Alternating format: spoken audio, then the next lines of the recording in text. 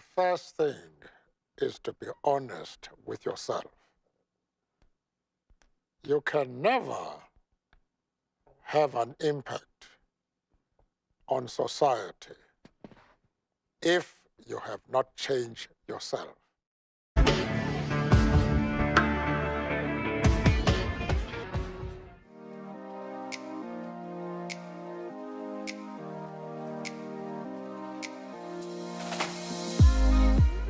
Men and women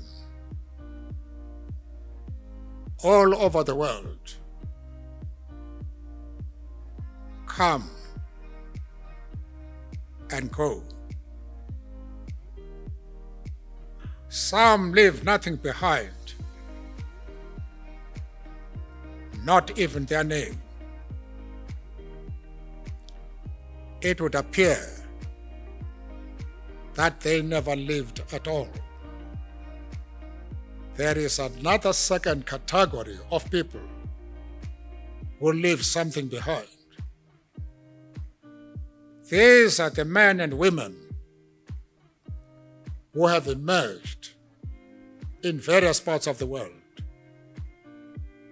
and who have chosen the world to be the battleground of their efforts, the theater of their operations.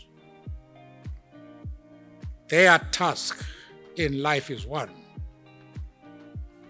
That is to improve the living conditions of the people amongst whom they live. To make life, to make everybody feel that it is worthwhile to live. To fight questions like poverty, ignorance, disease, and want. They are the men and women who want to put sunshine in the hearts of the poorest of the poor. Their name lives beyond the grave. They are the men and women who, when their last day comes, we are able to say from the bottom of our heart,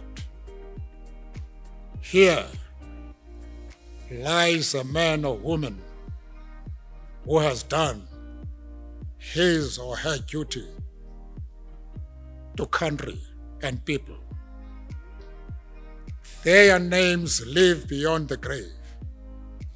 They become immortal. Hi, Jasper Son here.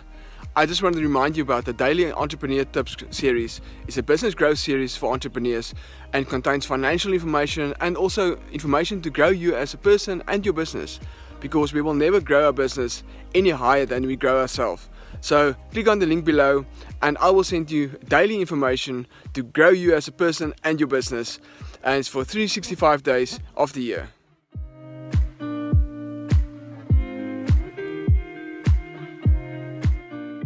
We are not concerned with models. We are not concerned with labels. We are practical men and women whose solutions are dictated by the actual conditions existing in our country. As somebody has said, we do not care whether the cat is black or white, as long as it can catch mice.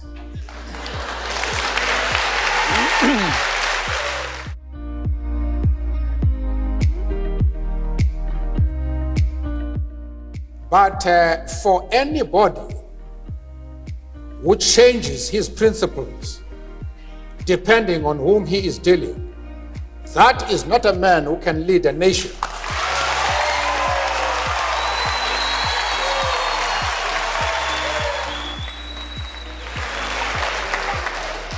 Apparently, Mr. Coppel, you have not listened to my argument. If you have done so, then you have not been serious in examining it. I have replied to one of our friends here that I have refused to be drawn into the differences that exist between various communities inside the USA. You have not commented that I am going to offend anybody by refusing to involve myself in the internal affairs of the USA, of the USA.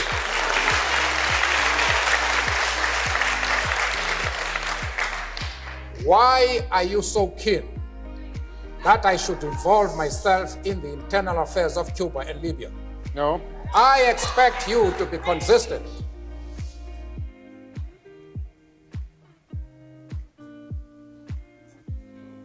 I don't know if I have paralyzed you. No.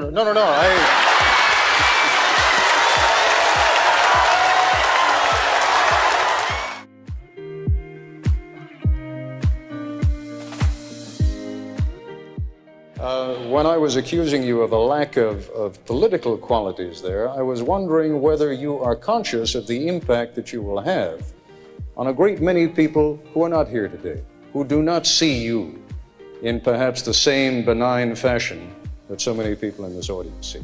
Well, as far as the Jewish question to begin with, I have had discussions at my own initiative with prominent Jewish leaders to straighten out this affair. Amongst the people I saw was Mrs. Helen Suzman, who has been an MP in our country for more than 30 years. There was Mr. Mazens, who has been a judge in Lesotho, Botswana, and the old Rhodesia. There was the chief rabbi of Johannesburg.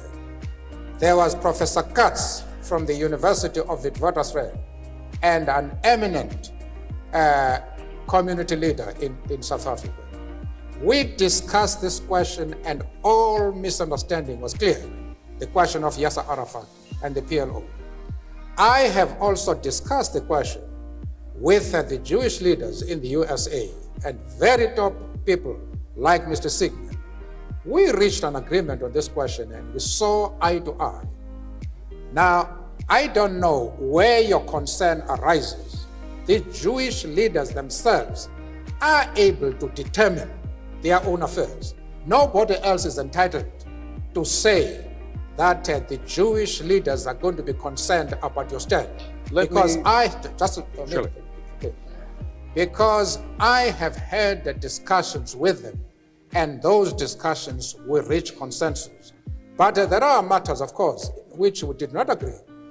But the position which we take as the ANC, I thought we were able to explain it in such a way that it removed the concern of the Jewish community. Let's broaden it out. I am still prepared to do that even in this talk. If the Jewish leader have any doubts about our stand, I am prepared to address them and to allay their concern, because they are a very important community both in South Africa and of course in the States. And I'm prepared to iron out any differences that might exist. But they must know what our stand is. Arafat is a comrade in arms, and we treat him as such.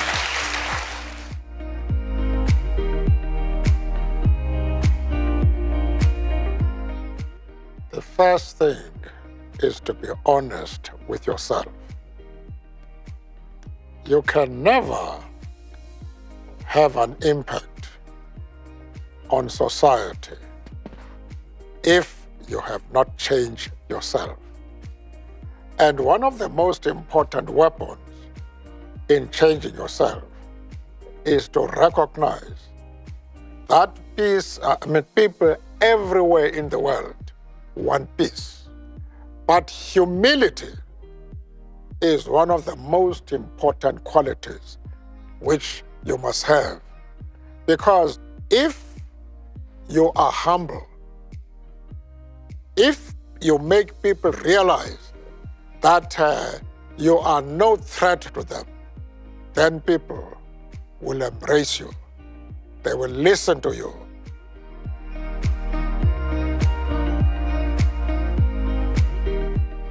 There is nothing better to keep you active and healthy than to do something for those who cannot help themselves. Because a true leader does not put his or her interests above those of others. He or she puts the interests of others above his or her own.